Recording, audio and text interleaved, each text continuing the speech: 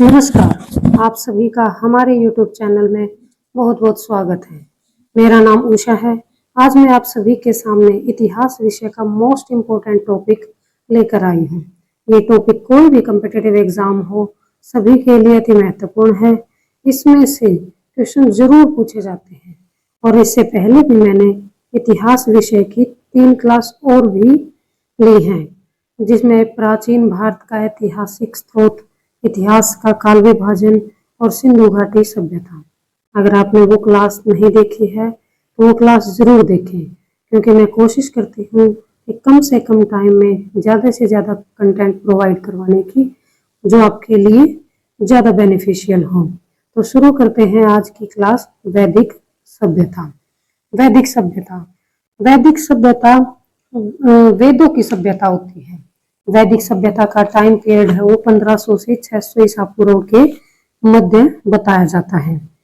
लेकिन वैदिक सभ्यता सिंधु घाटी सभ्यता के पश्चात भारत में एक नवीन सभ्यता का विकास हुआ।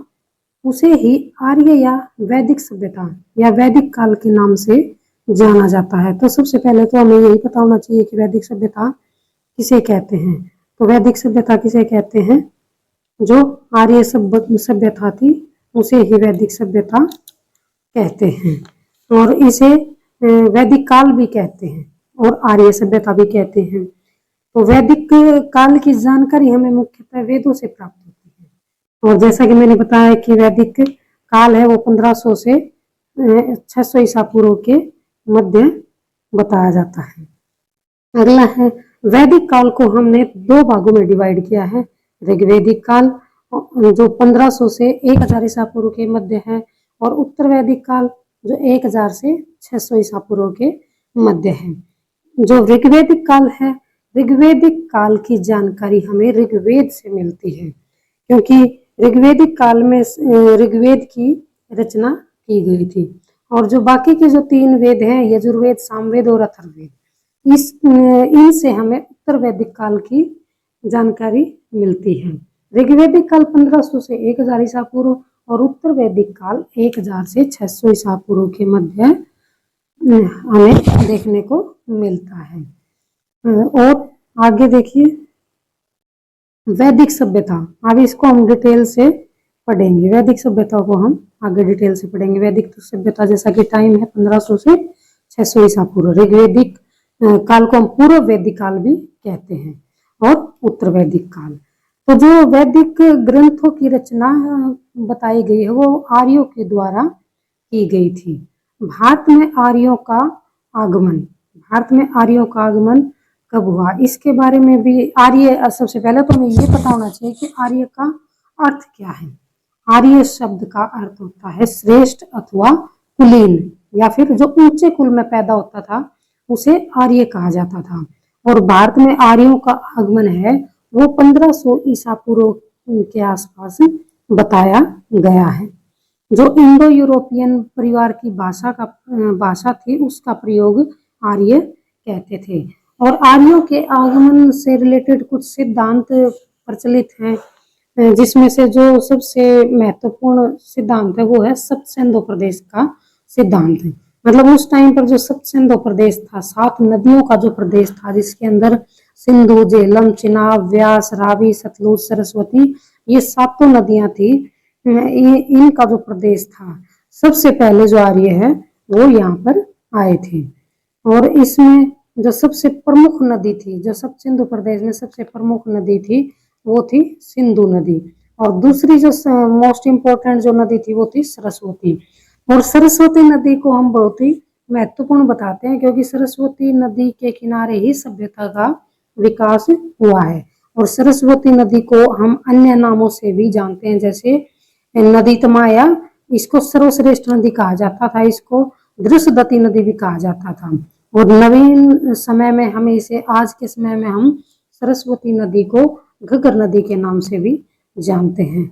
यहाँ पर कुछ पॉइंट है, कुछ नदियां थी जो प्राचीन समय पर भी थी और अभी भी हैं। तो इन नदियों को अलग अलग नामों से जाना जाता था।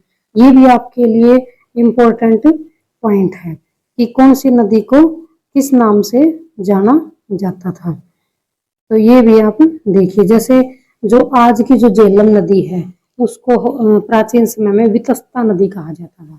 चिनाब नदी है उसको अस्किन नदी कहा जाता था, और जो रावी नदी है उसे पुरुषनी नदी कहा जाता है। व्यास नदी को विपाशा नदी कहा जाता था, और जो सतलज नदी है उसे शतुद्री नदी कहा जाता था। गोमती नदी को गोमल नदी कहा जाता था, और काबुल जो नदी है उसे कुंभा नदी कहा जाता था। ये है सरस्वती नदी, जिसे आज हम घग्गर नदी कहते हैं, लेकिन प्राचीन काल में इसे सरस्वती नदी कहा जाता था, या बृहस्पति नदी भी इसे कहा जाता था।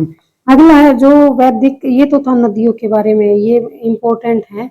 ये वाला जो है ये इम्पोर्टेंट है, मोस्ट इम्पोर्टेंट है। किसी भी कम्पिटिटिव एग्जाम में इसका प्राचीन नाम पूछ लेंगे, और इससे हमें पूछेंगे कि आज इस नदी को क्या कहा जाता है, या फिर ये पूछ सकते हैं कि आज जो नदी का नाम है इसे हम प्राचीन काल में या वैदिक काल में किस नाम से बुलाते थे, या किस नाम से इस नदी को जाना जाता था। अगला जो हमारा टॉपिक है वो है वैदिक साहित्य। वैदिक साहित्य, कोई भी सभ्यता होती है उसमें साहित्य का निर्माण भी प्रचुर मात्रा में होता है। तो जो वैदिक साहित्य है वो तो हमारे लिए मोस्ट इम्पोर्टेंट है, क्योंकि वही हमारी जो नींव है। वैदिक साहित्य, वैदिक साहित्य के अंतर्गत वेदों के संकलन के कारण इसे वैदिक सभ्यता कहा गया है। तो जो दुनिया की सबसे प्राचीन पुस्तक है वेद, और उनमें भी जो सबसे प्राचीन वेद है वो है ऋग्वेद, और वेदों के संकलन के कारण ही इसे वैदिक सभ्यता कहा जाता है। और इन वेदों का जो संकलन करता है, जिसने इनको लिपिबद्ध किया है, वो कौन है? कृष्णद्वैपायन। उनका नाम है कृष्णद्वैपायन। कृष्णद्वैपायन क्यों कहा गया इसको द्वैपायन? इन्होंने इनका संकलन किया था, ये इनका नाम था कृष्णद्वैपायन, लेकिन इन्होंने उन वेदों को पृथक पृथक कर दिया था, वेदों को 4 भागों में डिवाइड कर दिया था। इस वजह से कारण, इस व्यास के कारण, इस जो पृथक्करण के कारण इन्हें वेद व्यास भी कहा जाता है। वैदिक साहित्य के अंदर 4 वेद हैं, जिसमें वैदिक साहित्य के अंदर 4 वेद ब्राह्मण ग्रंथ, 4 वेद ब्राह्मण ग्रंथ, आरण्यक, उपनिषद और वेदांग शामिल हैं। तो सबसे पहले हम इसके अंदर वेद हैं उनके बारे में जानेंगे, उसके बाद ब्राह्मण, आरण्यक, उपनिषद और वेदांग के बारे में भी हम आज की कक्षा में पढ़ेंगे। तो वेद शब्द है वो विद धातु से बना है, और विद धातु का अर्थ है जानना अथवा ज्ञान। चारों वेदों को सम्मिलित रूप से संहिता कहते हैं। ये क्वेश्चन भी बन सकता है कि वेद किस धातु से बना है और इसका अर्थ क्या है। देखिए, ये जो पीडीएफ है इसमें आपको हर एक लाइन मोस्ट इंपोर्टेंट है, हर लाइन से 1 लाइनर क्वेश्चन बन सकता है। तो विद धातु से बना है, जिसका अर्थ है जानना अथवा ज्ञान। 4 वेदों को सम्मिलित रूप से संहिता कहते हैं। ये क्वेश्चन बन सकता है कि चारों वेदों को सम्मिलित रूप से क्या कह सकते हैं? संहिता कह सकते हैं। या फिर इसी को थोड़ा सा घुमा के उल्टा करके भी पूछ सकता है कि वैदिक साहित्य के अंदर संहिता किसे कहा गया है। और इनकी रचना है वो कुछ विद्वान मानते हैं कि इनकी रचना किसी मनुष्य ने नहीं की है, किसी मानव द्वारा इनको निर्मित नहीं किया गया है, बल्कि इनको देवताओं द्वारा या भगवान द्वारा बनाया गया है। तो इस वजह से वेदों को अपौरुषेय की भी संज्ञा दी गई है, इनको अपौरुषीय रचना कहा गया है। और जो ऋग्वेद, सामवेद, यजुर्वेद, इन 3 वेदों को, ये देखिए, ये अगर एग्जामिनर ज्यादा डीप जाके पूछता है तो ये 3 वेदों का नाम दे, चारों वेदों का नाम देगा, लेकिन साथ में ये बोल देगा कि बताओ इनमें से कौन सा वेद त्रयी के अंदर सम्मिलित नहीं है, यहाँ पर नहीं लगा देगा। तो ये जो ऋग्वेद है जो सबसे प्राचीन वेद है, सामवेद है, यजुर्वेद है, ये वेद त्रयी के अंदर शामिल है। लेकिन जो हमारा चौथा वेद है अथर्ववेद, वो वेद त्रयी के अंदर शामिल नहीं है। तो ये भी इम्पोर्टेंट लाइन है। फिर है ये, जैसे हमारे जो वैदिक सभ्यता थी उसी के समकालीन एक सभ्यता थी ईरान में, जो पारसी सभ्यता थी, वो उनका भी एक ग्रंथ था जैन अवेस्ता। जो पारसी धर्म की पवित्र पुस्तक है उसका नाम है जैन अवेस्ता। ये भी हमारे वेदों के समकालीन बताई गई है। फिर इसके जो कुछ उपखंड थे, वेदों के कुछ उपखंड थे, संहिता, मंत्र होते थे, ब्राह्मण अनुष्ठान और समारोह से संबंधित थे, आरण्यक तपस्या और जंगल से संबंधित थे, उपनिषद या वेदांत, उपनिषदों को वेदांत भी कहा जाता है, ये दर्शन और अध्यात्म से, परमात्मा से रिलेटेड थे। अगला है जो हमारा सबसे पहला वेद है ऋग्वेद। ऋग्वेद है, ऋग्वेद के बारे में हमें मतलब अच्छे से पता होना चाहिए। इसमें मैंने मोस्ट इम्पोर्टेंट जो लाइन है, मोस्ट इम्पोर्टेंट जो जानकारी है वो यहाँ पर शामिल की है। तो ऋग्वेद सबसे बड़ा और सबसे पुराना वेद है। तो ये क्वेश्चन भी बन सकता है कि चारों वेदों में सबसे बड़ा और सबसे पुराना वेद कौन सा है, तो ऋग्वेद है। और ऋग्वेद है वो उसका जो तीसरा मंडल है वो किसके द्वारा रचित है? ऋग्वेद का तीसरा मंडल है वो विश्वामित्र के द्वारा रचित है। फिर ऋग्वेद के तीसरे मंडल में गायत्री मंत्र का उल्लेख हमें मिलता है। गायत्री मंत्र जो हम ओम भूर्भुवः स्वः तत्सवितुर्वरेण्यं भृगो देवस्य धीमहि धियो यो नः प्रचोदयात्, जो हम ये मंत्र स्कूल में भी सुबह सुबह असेंबली में हम बच्चों से बुलवाते हैं। तो इस मंत्र का उल्लेख जो ऋग्वेद का तीसरा मंडल है उसमें विश्वामित्र द्वारा किया गया है। और इससे एक क्वेश्चन बन सकता है कि जो गायत्री मंत्र है वो किस देवता को समर्पित है? तो बच्चे कंफ्यूज हो जाते हैं, वो सोचते हैं कि ये तो जो सरस्वती माता से संबंधित है, लेकिन जो गायत्री मंत्र है वो सूर्य देवता सावित्री भगवान को समर्पित है। और इसके अंदर 24 और 108 वर्ण हैं। अगला है 9वें मंडल में, ये ऋग्वेद के अंदर जो उल्लेख किया गया है जिन जिन चीजों का वो मैं आपको बता रही हूँ।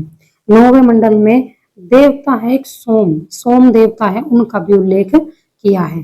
तीसरे मंडल में तो गायत्री मंत्र का उल्लेख किया है, लेकिन 9वें मंडल में जो सोम देवता है उनका उल्लेख किया गया है।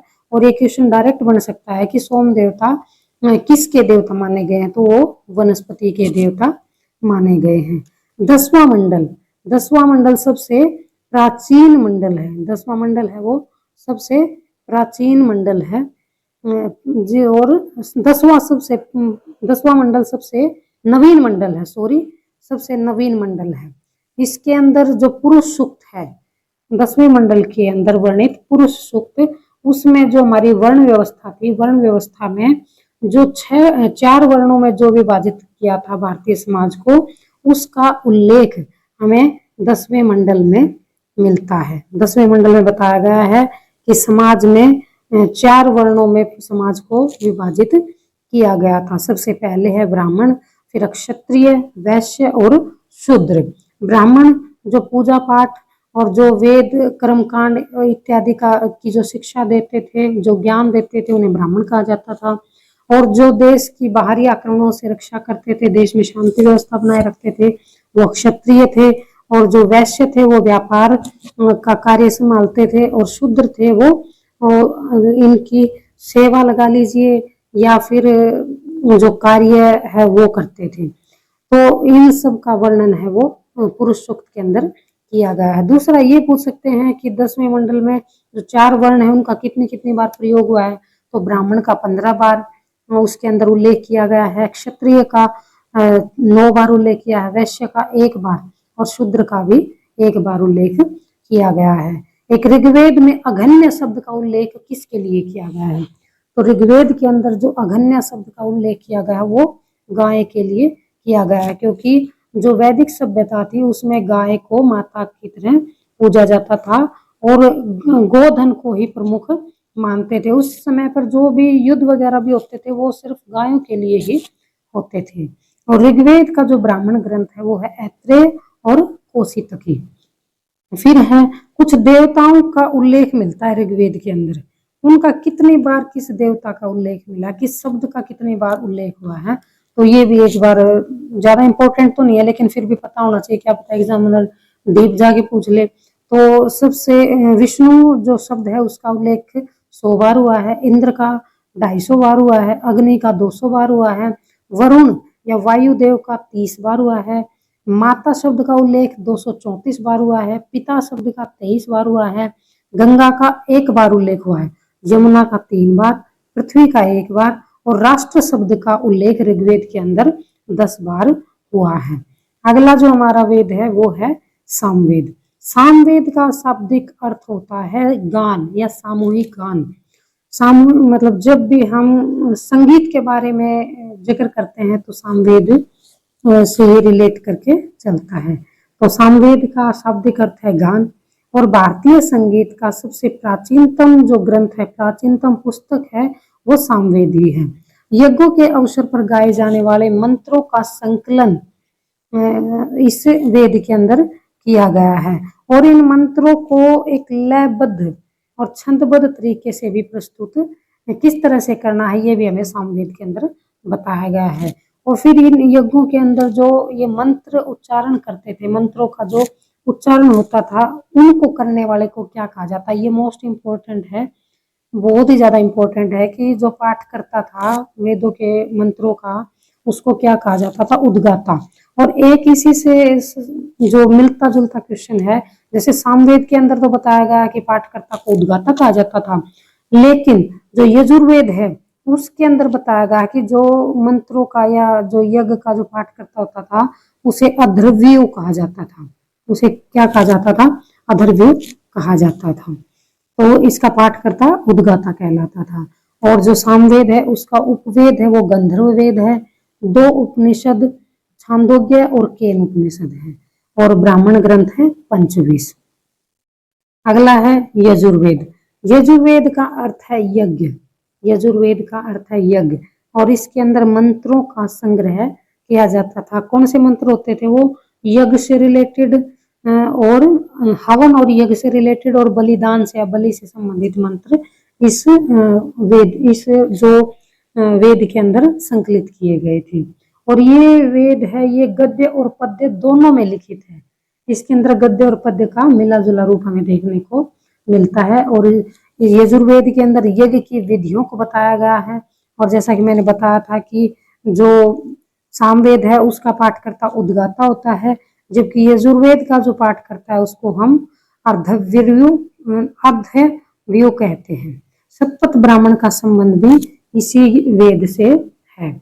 सर्वप्रथम राजसूय और वाजपेयी यज्ञ का उल्लेख भी हमें यजुर्वेद से मिलता है, और जो इसका उपवेद है वो धनुर्वेद है। तो ये सारी की सारी लाइनें हैं, मोस्ट इम्पोर्टेंट हैं कि इसका अर्थ क्या है, इसमें किसका संग्रह किया गया है, किस शैली में लिखा गया है, गद्य और पद्य मिश्रित शैली में लिखा गया है, इसमें यज्ञ की विधियों का वर्णन है, पाठकर्ता को क्या कहते हैं, किस ग्रंथ, किस ब्राह्मण ग्रंथ से इस वेद का संबंध है, सर्वप्रथम राजसूय और वाजपेयी का उल्लेख किस वेद में किया गया है, यजुर्वेद में किया गया है। फिर जो यजुर्वेद है इसका उपवेद क्या है, धनुर्वेद है। और ये जो यजुर्वेद है इसको 2 भागों में डिवाइड किया गया है। यजुर्वेद को 2 भागों में डिवाइड किया गया है, एक है कृष्ण यजुर्वेद और एक है शुक्ल यजुर्वेद। कृष्ण जो यजुर्वेद है उसकी 4 शाखाएं थी, काठक, कपिष्टथ, मैत्रायणी संहिता और तैत्रीय संहिता। और जो शुक्ल यजुर्वेद है उसकी 2 थी, वाजसनेय और जो है ये काष्ठ संहिता। ये इसकी 2 शाखाएं थी। अगला जो हमारा वेद है वो है अथर्ववेद। अगला वेद है वो अथर्ववेद है, चौथा वेद है वो अथर्ववेद है। ये जो पिछले 3 वेद थे वो वेद बृहत्रयी थे, और ये उनसे अलग है अथर्ववेद। ऋषि अथर्वा ने इस वेद की है वो रचना की थी, या ऋषि अथर्वा के नाम पर इस वेद का है नामकरण किया गया। तो ये सीधा डायरेक्ट क्वेश्चन बन सकता है कि जो अथर्ववेद है उसका नामकरण किस ऋषि के नाम पर हुआ था, तो अथर्वा ऋषि के नाम पर इस वेद का नामकरण हुआ है। इसके अंदर 20 अध्याय है, 73 सूक्त है और 6000 मंत्र हैं।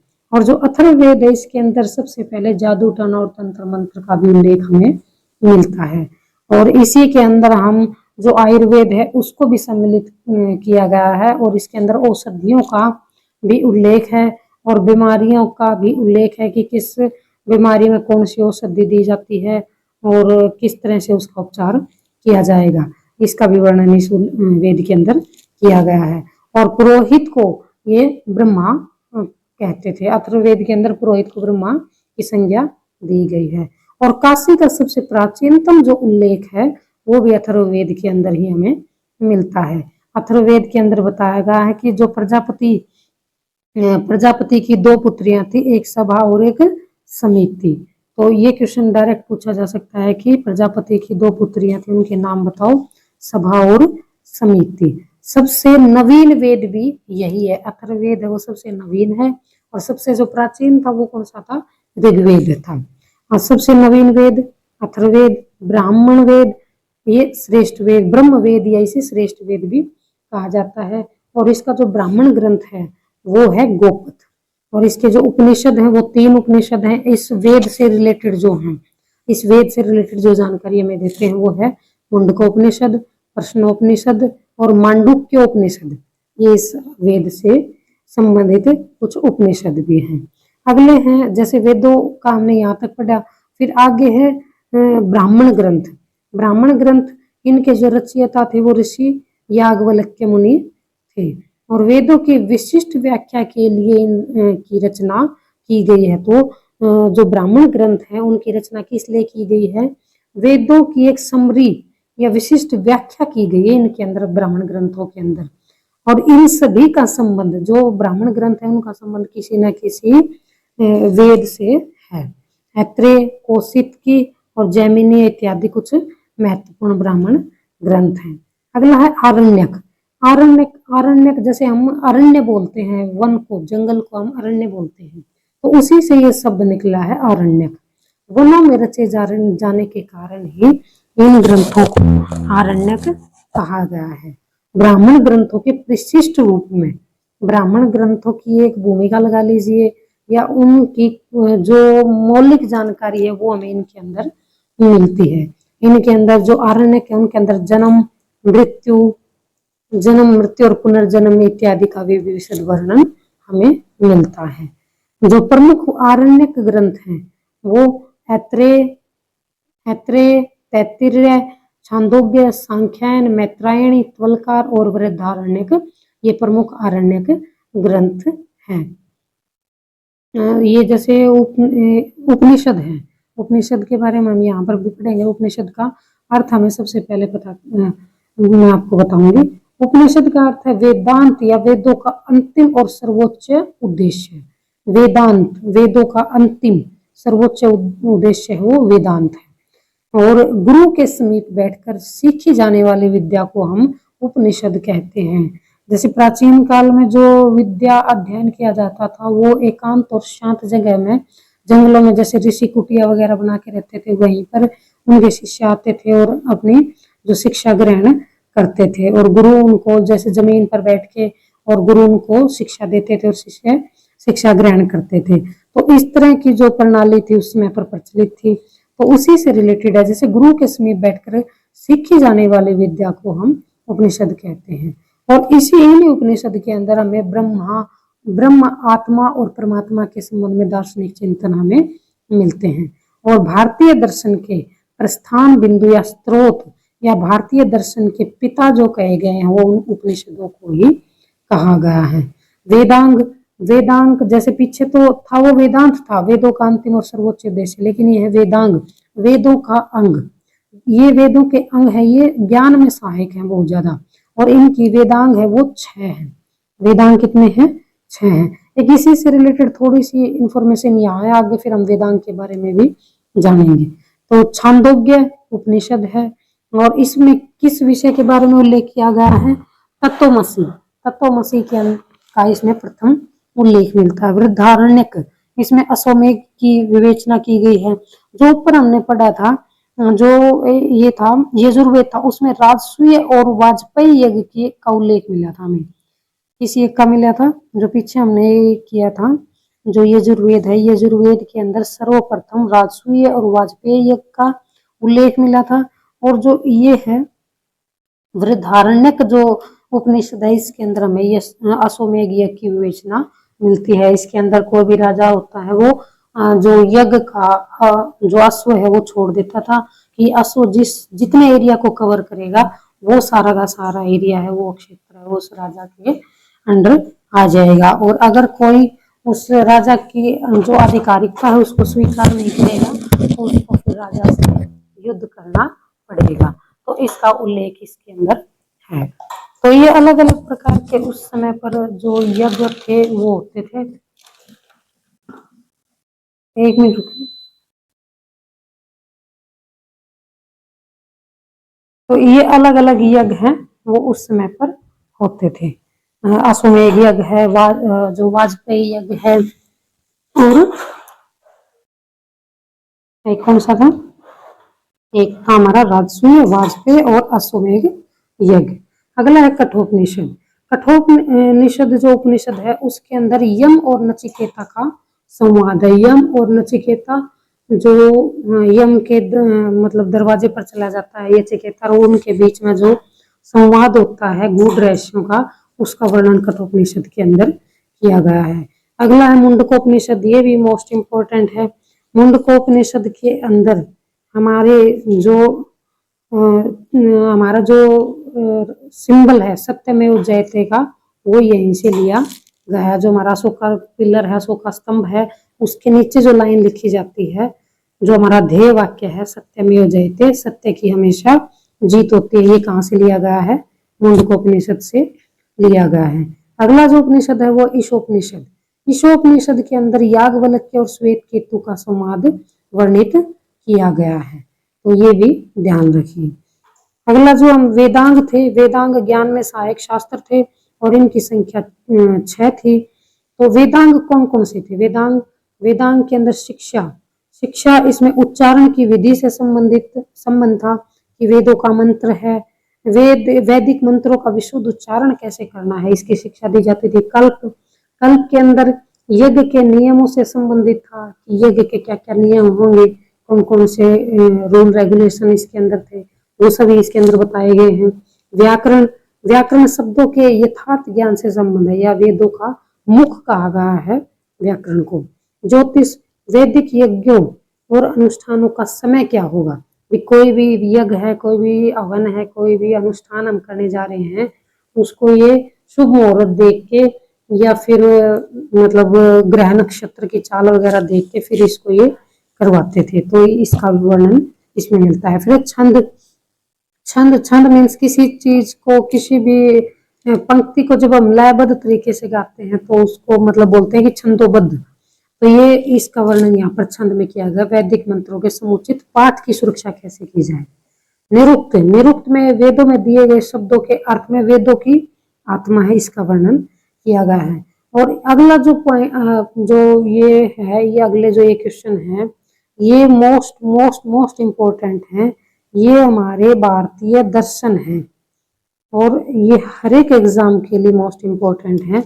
भारतीय दर्शन, जो दर्शन है वो, और दर्शन के जो प्रणेता हैं, जिसने इस दर्शन को बनाया है या फिर बताया है, वो मोस्ट इम्पोर्टेंट है। जैसे सांख्य दर्शन है, सांख्य दर्शन के जो प्रणेता है वो कपिल मुनि है। सांख्य दर्शन के प्रणेता है वो कौन है? कपिल मुनि है। न्याय दर्शन के प्रणेता है गौतम ऋषि, और वैशेषिक दर्शन के प्रणेता है ऋषि कणाद हैं, जिन्होंने अणु सिद्धांत भी दिया था, जो जिसके ऊपर आगे के भी क्वांटम थ्योरी वगैरह जो बन रही है, वो वैशेषिक दर्शन है। उसकी जो खोज है, उसकी जो प्रणेता है वो ऋषि कणाद है। योग दर्शन है पतंजलि। उत्तर मीमांसा या जिसे वेदांत भी कहा जाता है, इसके जो प्रणेता है वो बादरायण ऋषि हैं, और पूर्व मीमांसा है इसके जैमिनी ऋषि हैं। तो ये हमारे भारतीय दर्शन है जो बहुत ज्यादा इम्पोर्टेंट है। अगला है फिर पुराण 18 है, तो ये हमें पता होना चाहिए कि हमारे पुराण कितने हैं। जैसे हम बोलते हैं पौराणिक सभ्यता, तो पौराणिक सभ्यता के अंदर 18 पुराणों का उल्लेख किया गया है। और ये यहाँ पर इम्पोर्टेंट है कि सबसे प्राचीन जो पुराण है वो कौन सा है? मत्स्य पुराण है, वो सबसे प्राचीन पुराण है। मत्स्य पुराण सबसे प्राचीन पुराण है। इसके अंदर किसका वर्णन है? इसके अंदर विष्णु भगवान के 10 अवतारों का उल्लेख किया गया है। और जो अन्य पुराण है, जैसे वायु पुराण के अंदर किसका वर्णन किया गया है? मौर्य साम्राज्य का। वायु पुराण के अंदर मौर्य साम्राज्य का वर्णन है। और विष्णु पुराण, उसके अंदर गुप्त साम्राज्य का। नारद, भागवत और वामन, ये भी पुराणों के नाम है। नारद पुराण, भागवत पुराण और वामन पुराण। तो ये हमारे पुराणों से रिलेटेड कुछ जानकारी थी। अगला फिर महाभारत। वैसे तो महाभारत के बारे में एक पूरी क्लास ली जा सकती है, लेकिन हम यहाँ पर थोड़ा सा ही पढ़ेंगे क्योंकि मेन फोकस हमारी वैदिक जो सभ्यता है उसी के ऊपर है। तो महाभारत है वो महर्षि वेद व्यास जी इसके संकलन करता है।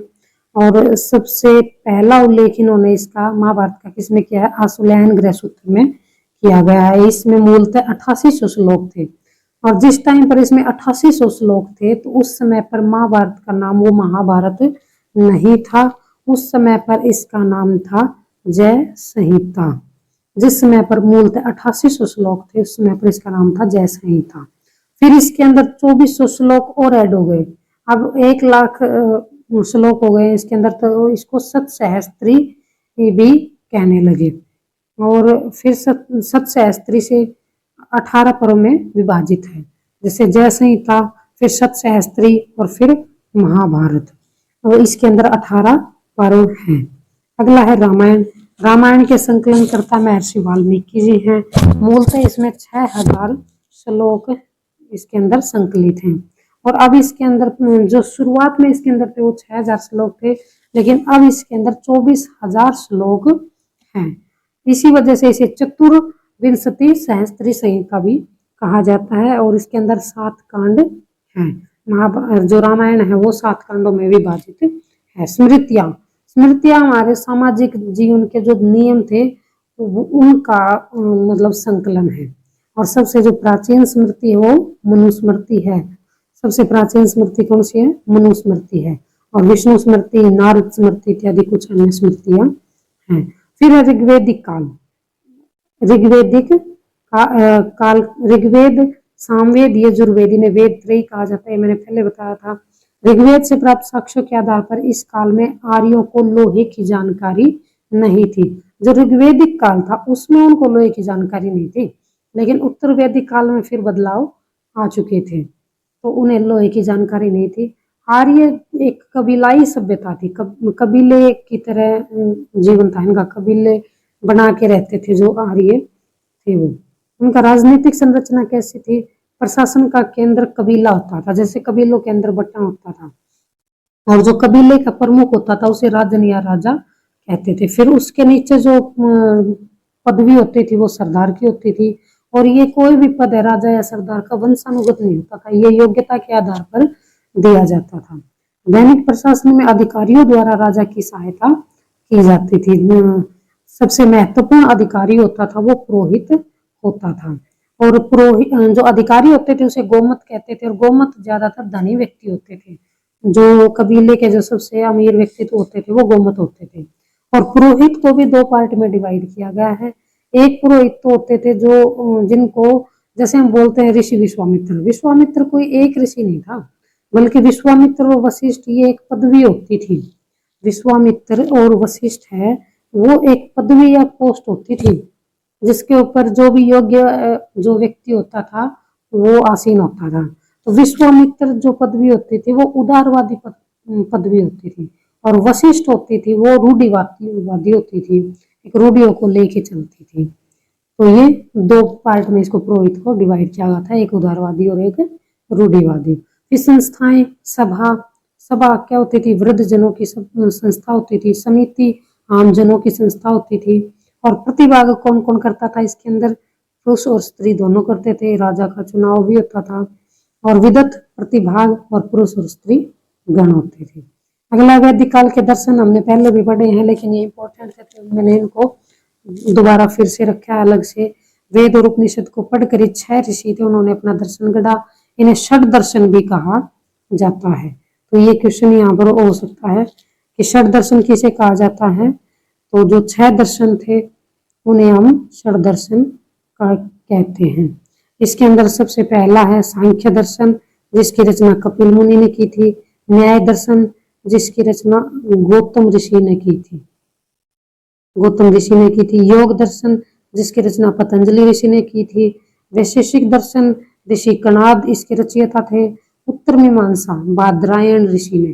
पूर्व मीमांसा, जैमिनी ऋषि ने। तो ये मोस्ट इम्पोर्टेंट है, इनको जरूर से याद रखें।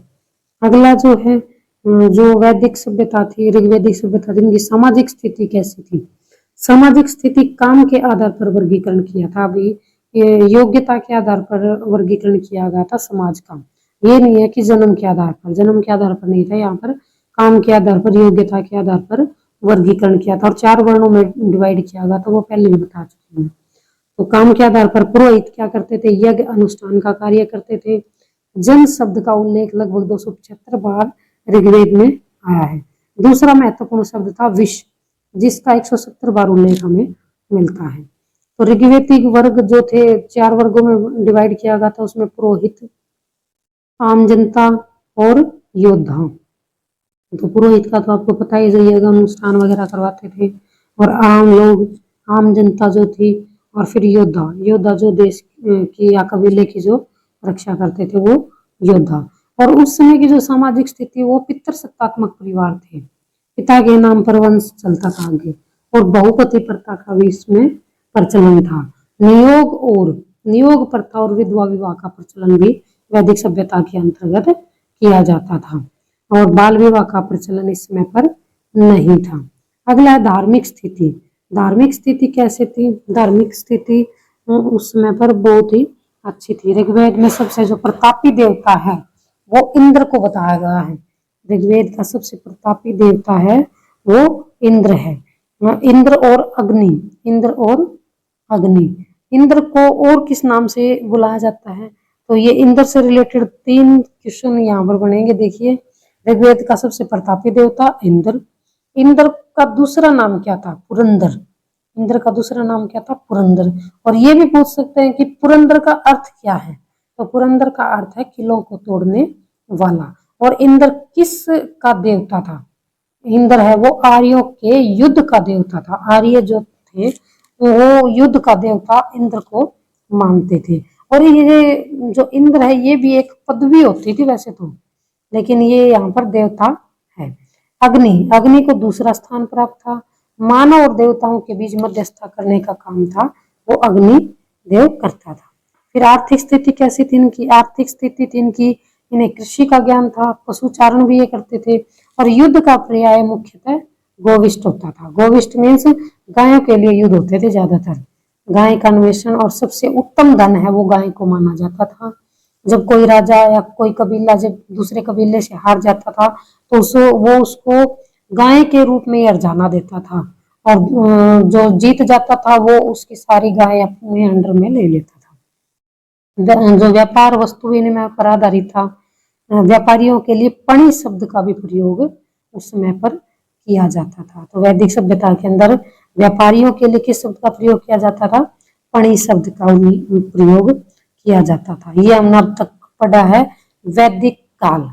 अभी हमारा जो सेकंड पार्ट है, जो हमने वैदिक काल से अगला था उत्तर वैदिक काल। उत्तर वैदिक काल के अंदर हमारे 3 वेदों की रचना हुई थी, और उत्तर वैदिक काल के बारे में हम पढ़ेंगे। वैसे तो उन वेदों के बारे में हमने पढ़ लिया है, लेकिन जो उत्तर वैदिक कालीन जो राजनीतिक सामाजिक व्यवस्था थी, उसके बारे में हम यहाँ पर देखेंगे।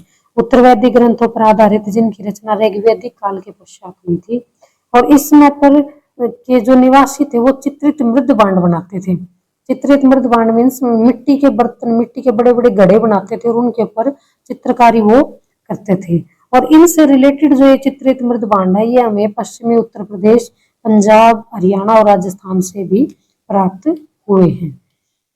और इस समय पर जो भरत और कुरु इस काल के प्रसिद्ध कबीले थे, तो जो हम ये महाभारत वगैरह देखते हैं, कुरुवंश और ये यदुवंश और पांचाल जो देखते हैं, ये सभी के सभी क्या थे? ये सारे के सारे कबीले थे। दिल्ली क्षेत्र और दोआब के ऊपरी भाग पर इनका अधिकार था। इनकी राजधानी हस्तिनापुर थी, और महाभारत का युद्ध वो 985 ईसा पूर्व में कौरव और पांडवों के बीच में हुआ था। थे ये दोनों ही कुरु वंश के, कौरव भी और पांडव भी। तो ये कुरु जो एक कबीला था।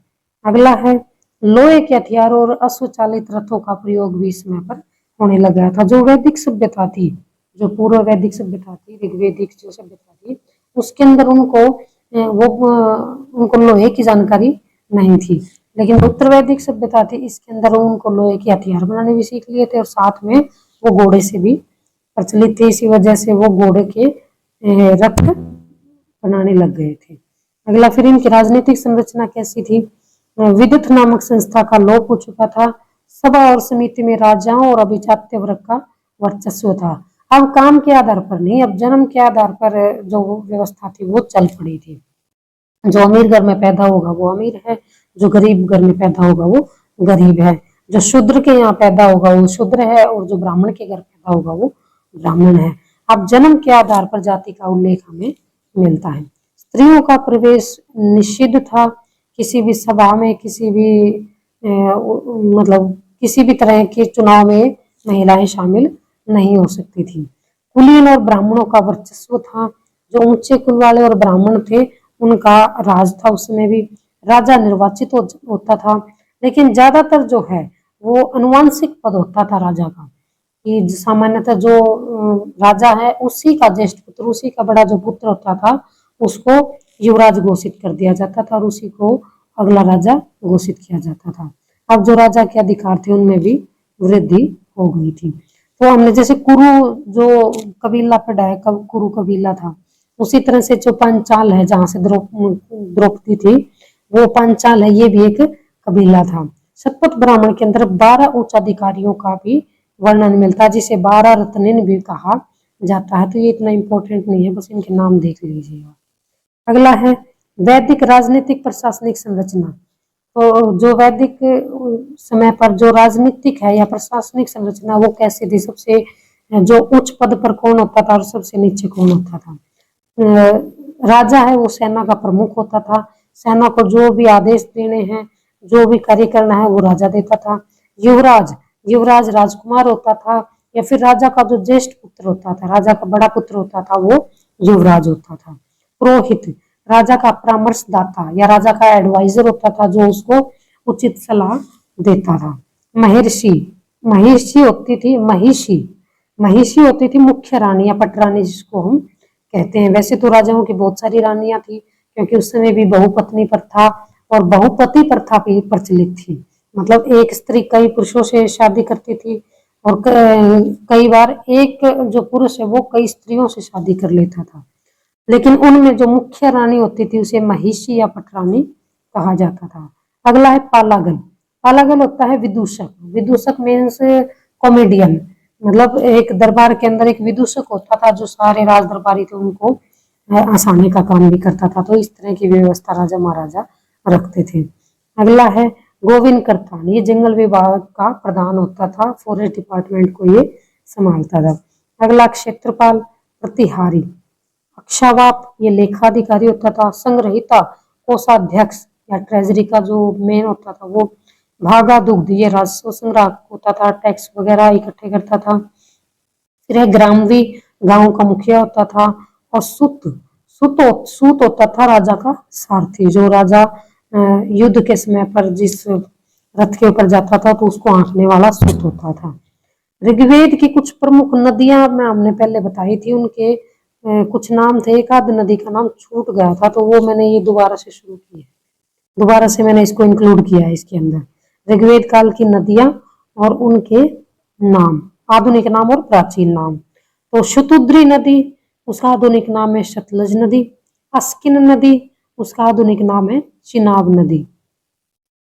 अस्किन नदी है, इसका चिनाब, जैसे यही मान लो हमने नहीं सुन रखा है कि चिनाब नदी का प्राचीन नाम क्या है, तो अस्किन नदी। व्यास नदी है, इसका जो प्राचीन नाम है विपाशा नदी।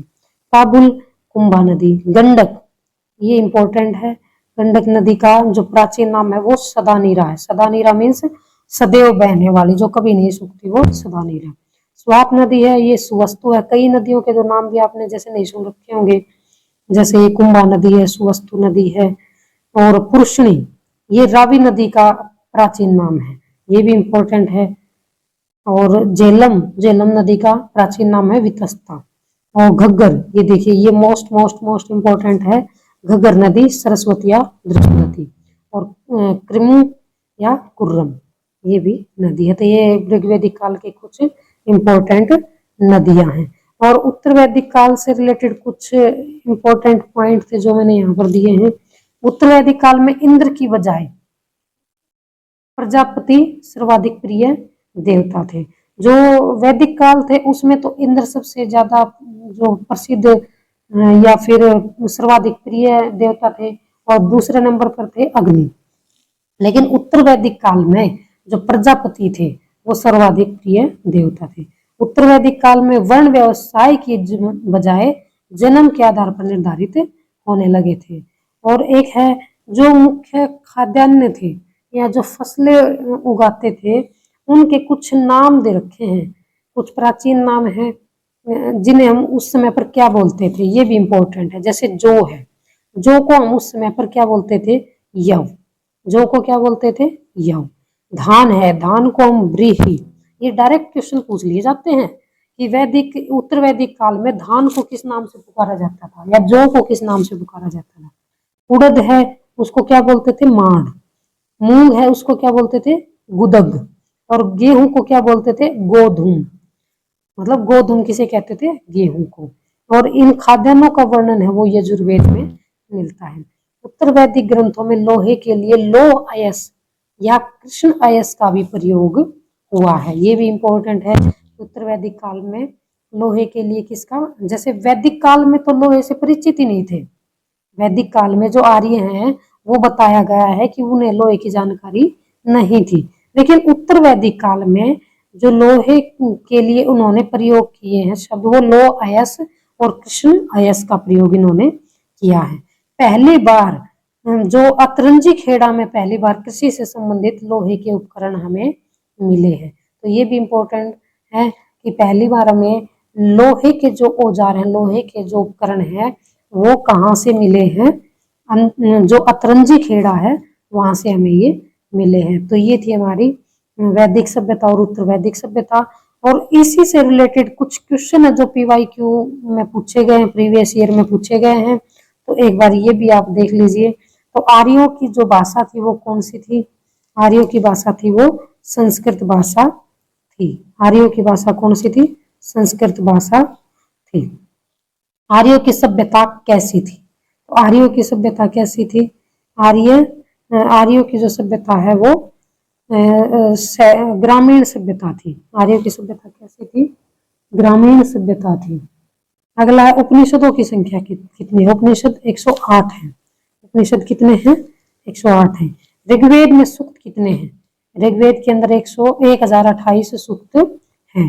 गायत्री मंत्र की रचना किसने की थी, तो गायत्री मंत्र की रचना है वो ऋषि विश्वामित्र ने की थी।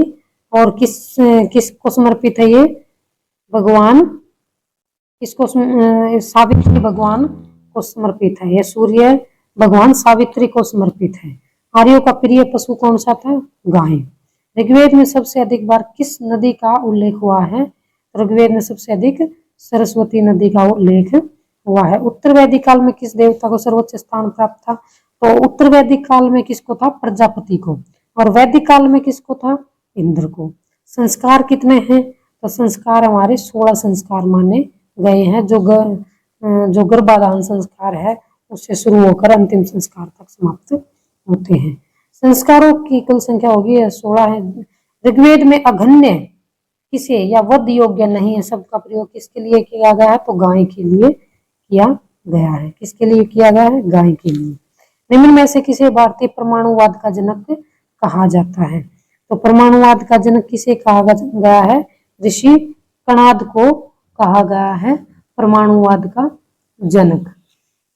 ऋषि कणाद ने जो कौन सी पुस्तक लिखी थी, ऋषि कणाद ने वैशेषिक दर्शन जो पुस्तक है वो लिखी थी। इसकी पुस्तक का नाम भी, ऋषि कणाद की पुस्तक का नाम भी, और ये किस वाद के जनक थे, भारतीय परमाणुवाद के जनक थे। और कणाद ऋषि ने पुस्तक कौन सी लिखी थी, ये ऋषि कणाद ने वैशेषिक दर्शन पुस्तक लिखी थी। अगला है वैदिक युग में यव किसे कहा जाता है, तो यव किसे कहा जाता है, जौ को। व्रीहि किसे कहा जाता है, व्रीहि जो अभी हमने पढ़ा था कि व्रीहि किसे कहा जाता है, तो व्रीहि कहा जाता है, एक सेकंड रुकिए देख लेती हूँ। व्रीहि धान को कहा जाता है, ये देखिए यव जौ को, व्रीहि धान को, माड़ उड़द को, गुदग मूंग को, गोधूम गेहूं को कहा जाता है। अगला है प्राचीनतम पुराण कौन सा है, तो सबसे प्राचीनतम पुराण कौन सा है, मत्स्य पुराण है। अगला है ऋग्वेदिक काल में सबसे प्रधान देवता कौन थे, तो ऋग्वेदिक काल में सबसे प्रधान देवता थे वो थे इंद्र। और उत्तर वैदिक काल में प्रजापति। किस वेद में जादुई माया और वशीकरण का वर्णन है, तो जो हमारा जो लास्ट है वेद है उसके अंदर हमें जो जादू टोना वशीकरण वगैरह है उसका वर्णन हमें मिलता है। वो कौन सा वेद है? अथर्ववेद है। आर्य शब्द इंगित करता है, आर्य शब्द का अर्थ क्या है हमें ये बताना है। आर्य शब्द का मतलब होता है श्रेष्ठ वंश में पैदा हुआ या श्रेष्ठ। आर्य भारत में संभवतः आए हैं। तो वैसे तो बहुत सारे सिद्धांत हैं, लेकिन जो मुख्य सिद्धांत है वो मध्य एशिया से। आर्य भारत में कहाँ से आए हैं? मध्य एशिया से। गोत्र व्यवस्था प्रचलन में कब आई थी? तो जो गोत्र व्यवस्था है वो उत्तर वैदिक काल में आई थी, क्योंकि पहले तो जो वर्ण व्यवस्था थी वो कार्य के आधार पर थी, लेकिन बाद में फिर जन्म के आधार पर हो गई थी। वैदिक काल में व्यास नदी को किस नाम से जाना जाता है? तो व्यास नदी को विपाशा नदी के नाम से जाना जाता है। ऋग्वेद में सबसे महत्वपूर्ण और पवित्र नदी कौन सी मानी गई है? तो ऋग्वेद के अंदर सबसे पवित्र और महत्वपूर्ण नदी कौन सी मानी गई है? सरस्वती नदी को माना गया है। भारत के किस स्थान की खुदाई से लौह धातु के प्राचीनतम प्रमाण हमें मिले हैं? जो लोहे के उपकरण या फिर औजार हमें मिले हैं वो किससे मिले हैं? कहाँ से मिले हैं? अतरंजी खेड़ा से हमें मिले हैं। योग दर्शन के प्रतिष्ठापक कौन है? महर्षि पतंजलि। और जो भारतीय संगीत का आदि ग्रंथ कहा जाता है वो किसे कहा जाता है? सामवेद को। सामवेद का अर्थ ही है सामूहिक गान। पुराणों की संख्या कितनी है? पुराणों की संख्या है 18। पुराण कितने हैं? 18 हैं। गायत्री मंत्र किस पुस्तक में मिलता है? तो गायत्री मंत्र हमें किस पुस्तक में मिलता है? गायत्री मंत्र का जो उल्लेख है वो किस पुस्तक में किया गया है? गायत्री मंत्र भगवान सावित्र को समर्पित है और भगवान सावित्र को समर्पित है और विश्वामित्र द्वारा रचित है। तो ये हमारा ऋग्वेद के अंदर इसका उल्लेख किया गया है। ऋग्वेद के अंदर कुल कितने जो मंडल हैं वो हैं? तो ऋग्वेद के अंदर कितने मंडल बताए गए हैं? ऋग्वेद के अंदर 10 मंडल बताए गए हैं।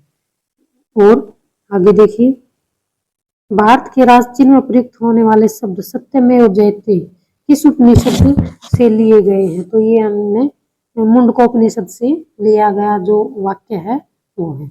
ऋग्वेदिक आर्यों का मुख्य व्यवसाय क्या था? ऋग्वेदिक आर्यों का मुख्य व्यवसाय कृषि और पशुपालन ही था, तो मेन तो इनका कृषि आएगा। किस देवता के लिए ऋग्वेद में पुरंदर शब्द का प्रयोग हुआ है? तो इंद्र के लिए पुरंदर शब्द का प्रयोग हुआ है।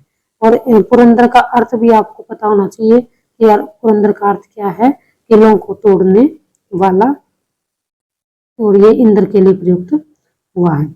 आगे है, पूर्व वैदिक और ऋग्वेदिक संस्कृति का काल किसे कहा जाता है? तो जो पूर्व वैदिक और ऋग्वेदिक संस्कृति है उसको इकट्ठा मिलाकर जो संस्कृति का जो समय है वो 1500 से 600 ईसा पूर्व के मध्य माना जाता है।